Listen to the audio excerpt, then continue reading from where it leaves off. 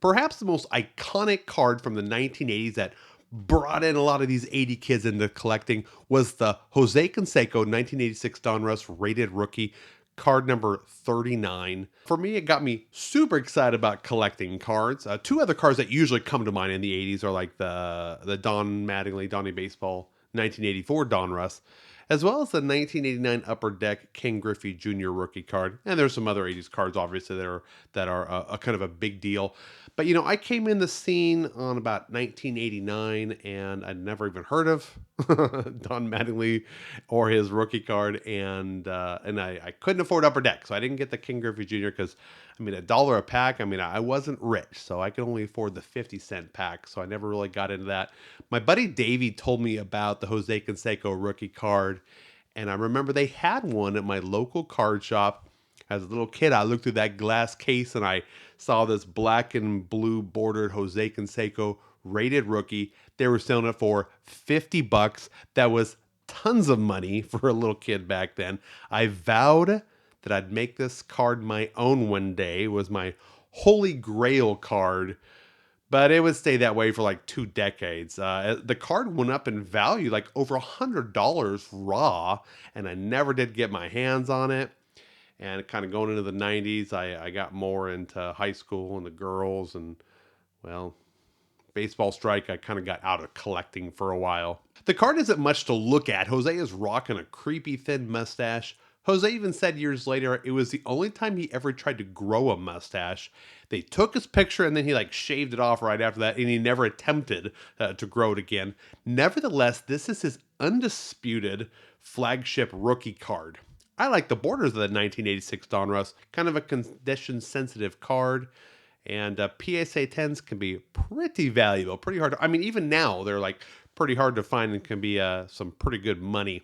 Guys, if you're not already a subscriber to my buddy's channel, that is Grunt Baseball, go check him out when you get a chance for all things baseball, quick clips, sports news, stuff in the off season is still a great resource, even if baseball isn't going on right now. Also, my channel, hit that subscribe button. Do it right now while you're thinking about it. And we got some more cool stuff on the way, and I don't want you to miss out on that. Let's get back into this. So explosion of value of this card is thanks in part to him being the 86 Rookie of the Year, first member of the 40-40 Club, 6-time All-Star. He was the 1988 American League MVP, kind of boosted that card being really valuable. He was my favorite player at the time, as was for many 80s kids, I'm sure. Also, despite about 500,000 being produced, people believe that this was a hard card to pull. But there was a decline. So he had a host of injuries causing him to be a slightly better than average player for the remainder of his career. With the Rangers, he injured his arm pitching in a runaway loss where he was a position player coming in to pitch, and he had to have Tommy John surgery, effectively ending his 93 season. The 40-40 Club is not so exclusive and has been surpassed many times by other players, so it's not as cool as it was back then. Perhaps the funniest thing that ever happened to him is when he was playing outfield for the Rangers. A fly ball hit him in the head and bounced over the wall and was ruled a home run. For a player already on the decline, that was just adding insult to injury. In 2005, Canseco admitted to using steroids in his best-selling book Juiced. He outed many of his teammates, even claiming to have personally injected a lot of them. He has plenty of legal problems, ramming his ex-wife's car, caught carrying a gun in his car, in a police chase. He beat up a different ex-wife, bar fights, a host of other legal issues. I like this one. Canseco accidentally shot his left hand while cleaning a gun. So this card has dropped a ton in value.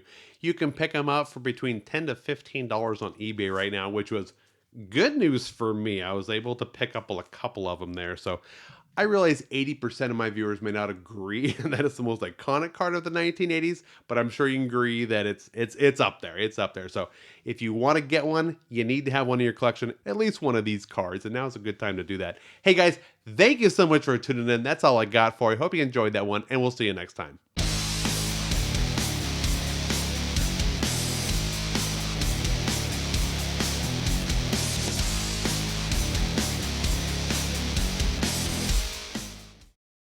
Reaches up, hits him right in the head, he goes over the top.